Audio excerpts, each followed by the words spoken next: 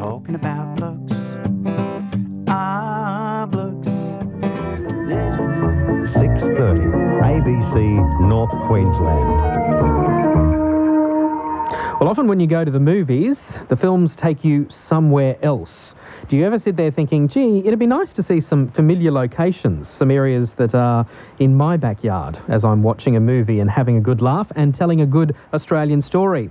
My next guest has done just that, and the movie that he's made has really taken off in a number of locations over the last few months, with a special screening earlier this year at the Whitsunday Film Festival, and also with two screening engagements in the Burdekin. Now it's the chance for other parts of North Queensland to get to discover the movie Blokes. And filmmaker Adrian Van Rossum is with us this morning to tell us more about this experiment in film, which has really been a big success. G'day, Adrian. Oh, thanks for having me. How did you turn into Steven Spielberg? Oh, I've always dabbled with video cameras. My dad and film. My dad had me helping shoot horses and greyhound races from when I was 14, either on the camera or editing. And then I went off to pursue my own career, and after a while came back and set up a video production company doing weddings and events, and I guess I had a couple of epiphanies. I saw Clerks by Kevin Smith, the typical indie film. It was a low-budget film? Yeah, I think he racked up 7 credit cards to their maximum, dropped out of film school, and thought, I want to make my film. I'm tired of learning about it. I'm just going to do it. And then in 2002, a bunch of friends were going up the Gulf of Carpentaria on a fishing trip. They'd been asking me for years to come up, and I was always busy in May shooting weddings because you're being North Queensland. Time of the year, yeah. Everyone wants to get married in the cooler months. I can understand that. I said, no, I'm going to put 3 weeks aside, take no bookings. This is on my bucket list. I'm going to do it. But I couldn't bring any skills to the table. I'm not a very good fisher person. I'm not very good on tools, fixing trucks. And they said, bring your cameras, just make the video for us, because they generally shoot with their handy cams, and normally they're throwing their footage at me saying, can you clean this up? Anyway, I thought, yeah, I'll go along. So I went along, took my cameras, filmed what they get up to, turned it into a little home movie called Golf 2002, made a copy for each of the fellas, and I thought nothing more of it. And then I was walking down the main street of Ayr once, someone pulled me up and said, oh, I love that movie you made. And I was like, what, a wedding? No, that movie you made is great. Oh. And then he said golf. I said, oh, really? That's just a home video. And then another person came to me and said, I went into the DVD shop to hire Golf 2002, and they didn't have it on record. Everyone's seeing it. And I'm like, anyway, it turns out everyone was copying it, and it was spreading around mine sites and sugar mills and all sorts. And people, and it it was an epiphany for me. I'm like, people like this, homegrown, just what we do in our own backyard. I guess maybe people could relate to it, and went back to the wedding video business. And then another epiphany moment was going to see Kenny. Went along to see Kenny. The Australian movie, yeah? Yeah, and that was doing Great Guns, and I thought, well, they've shot this on the same gear I already own. And people were forgiving some of the, technical, sometimes it's a bit grainy or a bit out of focus at times, and they just use a lapel mic. You can see the lapel, but they dressed it up as a mockumentary. And I thought, wow, technology is no longer an excuse. All that's stopping me is turning up to the page and writing a script. And you did that, and this has a story. It's got some great characters. Let's have a little bit of a listen to Blokes, the movie. Blokes love their outdoors and their fishing, booze, barbecues and women, talking about Blokes. G'day, mate. I'm Nudge. Some say I'm happily married. Nudge! Have you paid that credit card bill yet? How can I find time to do that when I spend all my time loving you? And this bed-bouncing bandicoot is magic. And then there's our romantically rusty mate, Two Bags. Every few years we head into the Australian bush for a good dose of beer and fishing. But this year, things didn't quite go to plan.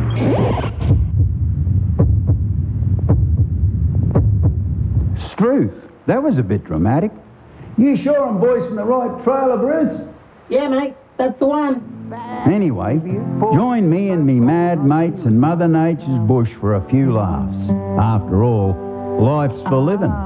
Blokes, the world may change, whatever leaves them, with that friendship there between them, talking about Blokes, talking about blokes, talking about blokes.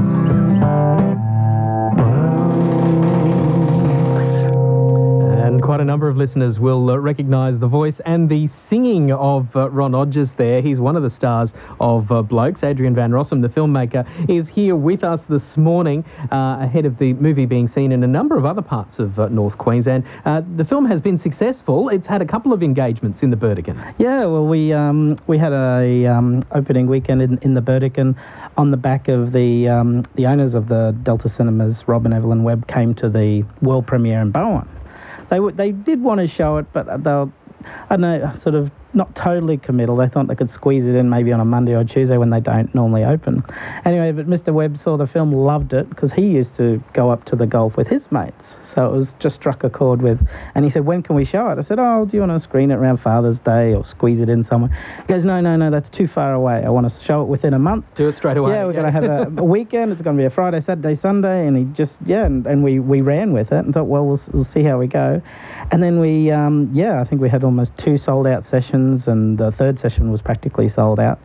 And then people were coming into the theatre, assuming it was going to be on for a week or two, saying, where's the movie? We missed it. And so they've had to bring it back for a second showing, which was great. I mean, that's a real buzz. It's a great feeling for you. And now it is expanding. So Charters Towers audiences get to see it this Father's Day, this Sunday? 1:30 on Sunday. They're having a Father's Day session, which is great. Dad can have a nice Father's Day roast, head on down the cinema, and then maybe go home, have a beer, and fall asleep. And if you miss it then it's back again the next Sunday, September the 8th, at the World Theatre. And Townsville audiences get to see it at Warina from next week, is that right? Yep, from the starting run is 5 to 11. It might go longer. They just want to gauge how it's received by local audiences. They're hoping it'll do well.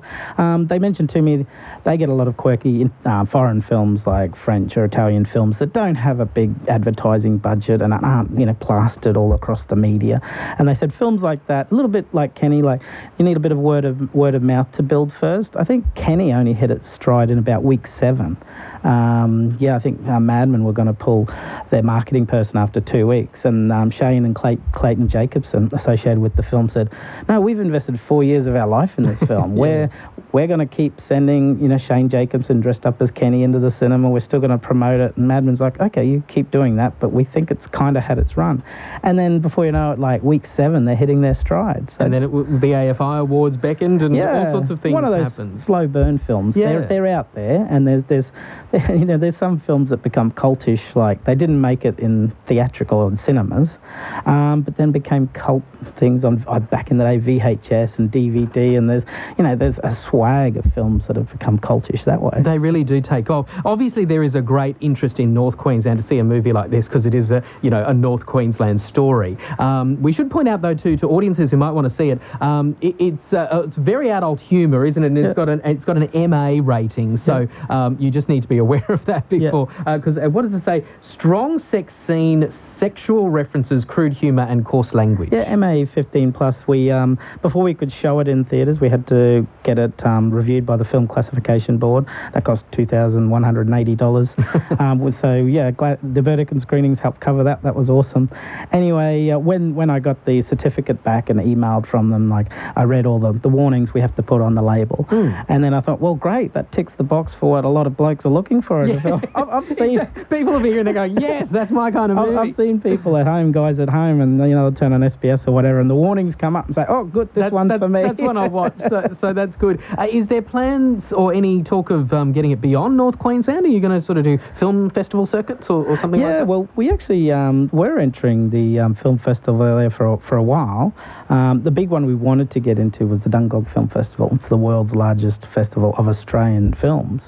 And we didn't get into Dungog, but I already had my flights and accommodation booked. And I said to one of the actors, let's go down and see what else is screening. And we went down there, and we were scratching our heads thinking, why we didn't get in. It is politically incorrect.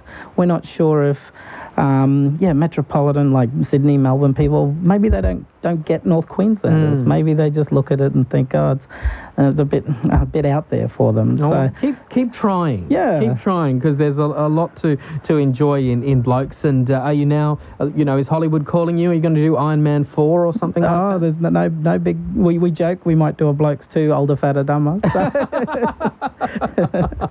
Well, but yeah, we'll see how this goes. I've got other ideas for film scripts banging around my head, and it's always been like, well, we'll see how they relate to this one. The great thing about doing this one was we could be politically incorrect. We could cross a few lines, because I've read some biographies of filmmakers, and they actually look back at their first film with a lot of sentimentality, because often they weren't tied to a studio. They weren't having to run it by 100 pairs of eyes and have it censored to, and they said, you can go to town on your first film, because it's your first film, and there's no deadlines, and you just do what you want it's just you and a group of mates putting something together. It's such an exciting time for you. Congratulations, Adrian. While we've been talking, one of your stars in the movie, Rick Romeo, gave us a call to say that he calls you Spielberg Van Rossum. Okay, yeah. So that's your name from him now. So, yeah. Yes. And I know Rick's got a lot of fans, Ron Odgers and Robert, the other cast member. It's great. So Blokes screening around North Queensland. Look for it over the coming weeks, and I'm sure we'll stay in touch with you, Adrian, about more filmmaking adventures. Yeah, I look forward to it. Blokes is the name of the film. Great to talk to Adrian Van Rossum, hard-working filmmaker based in Townsville. And they're fishing, booze, barbecues and women, talking about Blokes. Ah, Blokes, there's no flaming doubt about 'em. What would we ever do without 'em? Talking about Blokes. Down the shed under the ute, or crabbing up the creek. 40 score stuck in the fridge, talking shit, hunting pigs, not enough hours in a week.